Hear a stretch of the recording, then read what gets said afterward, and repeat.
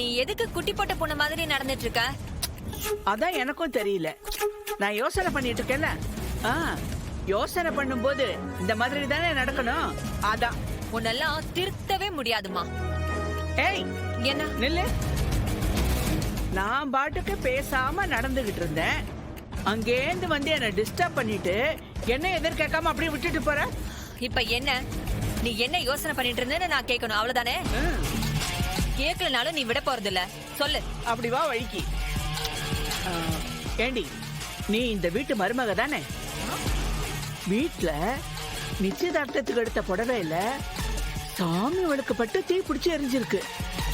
இத பத்தி நீ என்ன நினைக்கிற? இதுல நான் நினைக்கிறதுக்கு என்னமா இருக்கு? மா, ஏற்கனவே இந்த கல்யாணத்துல எனக்கு இஷ்டம் இல்ல. இதுல புடவை தீ பிடிச்சா என்ன, தீ பிடிக்கலன்னா எனக்கு என்ன? நீ யோசிக்கிற பாயிண்ட் ஓகேடி. ஆனா நான் யோசிக்கிற பாயிண்ட் என்னன்னு யாருமே கண்டுக்கவே மாட்டேங்கிறீங்களே. மா, வீட்ல இருக்கிற நிலைமை உனக்கு தெரியும்ல. இந்த புடவை தீ பிடிச்சி எரிஞ்சதுல இருந்து ஆளுக்கு யார் மேல விழுந்து சாகலான்னு தெரிஞ்சிட்டு இருக்காங்க. இதுல நீ வேற கண்டதையும் பேசி புதுசா ஏதாவது பிரச்சனை பண்ணிடாதமா. அட போடி, நான் எல்லாம் ஒன்னும் பிரச்சனை பண்ணல. இங்க நான் ஒரு விஷயத்த பார்த்தேன். ஆனா அத சொன்னா யாரும் இல்ல, நீ நம்பவே மாட்ட. முதல்ல நீ என்ன விஷயம்னு சொல்லு. நேத்து ராத்திரி அந்த பாரதிக்கு விக்கல் வந்துச்சு.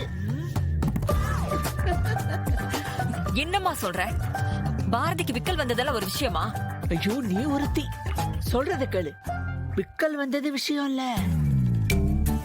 அந்த விக்கலுக்கு பின்னாடி நடந்த விஷயம் தான் இப்ப ரொம்ப முக்கியம். மா, இந்த சுத்தி வளைச்சு பேசாம விஷயத்த சொல்லு. பாரதிக்கு விக்கல் வந்துச்சா? அப்போ ஆதி எனக்கே வெக்கமா இருக்கு. பாரதியோட கைய ஆதி புடிச்சு ஐ லவ் யூ சொல்லிட்டான். என் 2 கண்ணால பார்த்தேன். மா, ஆதிக்கு ஏற்கனவே கல்யாணம் ஆயிடுச்சுன்னு தெரியும். அது வரைக்கும் சரி. ஆனா ஆதியோட பொண்டாட்டி பாரதி தான் ஒரு விஷயம் சொல்ற பாரு. ஐயோ, அததாம்மா என்னால நம்பவே முடியல. பாரு, உன்னை ஏற்கனவே கண்ட சீரியல் எல்லாம் பார்க்காத, இப்படிதான் தேவையில்லாத கனவுல வரும்னு சொன்னனே, கேட்டியா? இப்ப நீ இந்த கதையெல்லாம் வந்து என்கிட்ட சொல்லிட்டு இருக்க. மா, உன்னை கை எடுத்து கும்பிட்டு கேட்டுக்கிறேன். இங்க பாரு, ஆதி பாரதி தான் புருஷன் பொண்டாட்டின்னு திரும்ப திரும்ப பேசி என்ன டென்ஷன் பண்ணாத. The climber climbing like a python and the tree was... என்ன ஆதித்யா? எனக்கு பசிக்குதுக்கா, சாப்பாடு வேணும்.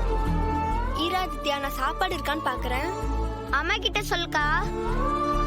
டேய், அம்மா தலைவலிக்குன்னு தானே ரூம்ல படுத்திருக்காங்க. இப்ப போய் அவங்கள தொந்தரவு பண்ண வேணாம், நம்ம போய் பார்க்கலாம். வா.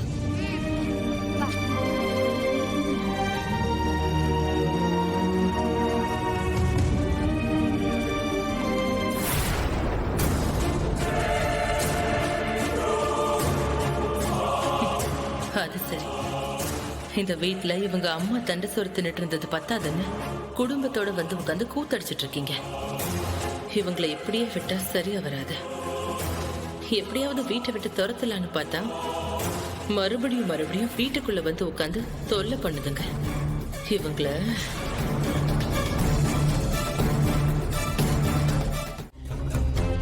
அத பார்த்த அந்த நிமிஷத்துல இருந்து என் மனசு படபடன்னு அடிச்சுக்குது. ஏதோ தப்பா நடந்துருமோன்னு பயமா இருக்கு. இந்த மாதிரி கெட்ட சகுனத்துல நம்ம நிச்சயதார்த்த காரியத்தை உடனே நடத்துறது சரியா இருக்குமான்னு தெரியல. பேசாம சாமியாருக்கு போன் பண்ணி நடந்த விஷயத்த சொல்லுவோம். அவர் என்ன சொல்றாருன்னு பார்க்கலாம். இத சொல்லாம நல்ல விஷயத்துக்கு நாள் குறிக்கிறது சரியா இருக்காது. நாம சொல்லிடுவோம்.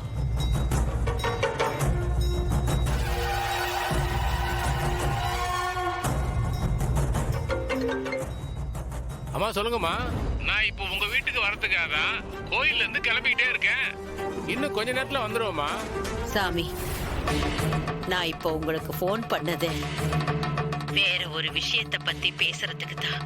இன்னைக்கு வீட்டுல ஒரு தப்பு நடந்து போச்சு. என்னாச்சுமா? கொஞ்ச நேரத்துக்கு முன்னாடி தான் நிச்சயதார்த்தத்துக்கு நாள் குறிக்கணும்னு சொன்னீங்க. இப்ப இப்படி சொல்றீங்களே? சாமி, நிச்சயதார்த்த புடவை பூஜை ரூம்ல வச்சிருந்தப்போ விளக்குல இருந்த நெருப்பு பட்டு புடவை எரிஞ்சு போச்சு சாமி. என்னம்மா புடவை எரிஞ்சு போச்சா? என்னம்மா சொல்றீங்க? அம்மா கவனமா இருக்க கூடாதா? இந்த மாதிரி நல்ல காரியங்கள் நடக்கும்போது இப்படி நடக்கிறது பெரிய அபசகுணமா. இத நம்ம சாதாரணமா எடுத்துக்க முடியாது. அதனாலதான் சாமி இப்ப உங்களுக்கு போன் பண்ண. பேத்திய கல்யாணம் ஏற்கனவே தடப்பட்டு போயிருக்கு. இந்த தடவையும் ஏதாவது ஆயிடுச்சுன்னா நாங்க எல்லாரும் மனசு விட்டு போயிடுவோம் சாமி. சாமி, நீங்க தான் இதுக்கு ஏதாவது ஒரு வழி சொல்லணும். எனக்கு புரியுது ராஜேஸ்வரி அம்மா. இந்த விஷயத்துல இப்ப நான் சொல்ல போற பரிகாரத்தை பண்ணிட்டு மேற்கொண்டு கல்யாண வேலையை பார்க்கறது மட்டும்தான் சரியான முறையா இருக்கும். என்ன பரிகாரம் சாமி? நீங்க எதை சொன்னாலும் பண்றதுக்கு நாங்க தயாரா இருக்கோம் சாமி. நான் சொல்றத ரொம்ப கவனமா கேளுங்க. இப்படிலாம் நடக்கிறது ரொம்ப ரொம்ப அசாதாரணமான விஷயம். இதுக்கு கல்யாணத்துக்கு சம்பந்தப்பட்ட பொண்ணும் மாப்பிளையும் பண்ண பாவங்கள் கூட காரணமா இருக்கலாம். இல்ல அவங்க குடும்பத்துல பெத்தவங்க பண்ண பாவமா கூட இருக்கலாம். எல்லா பாவங்களும் ஒட்டு மொத்தமா சேர்த்து வச்சுதான் நிச்சயதார்த்த புடவை எரியிற வரைக்கும் போயிருக்கு. இதுக்கு ஒரே பரிகாரம், நீங்க குடும்பத்தோட கிளம்பி அம்மன் கோயிலுக்கு போய் பரிகாரத்தை பண்ணிடுங்க. சரிங்க சாமி.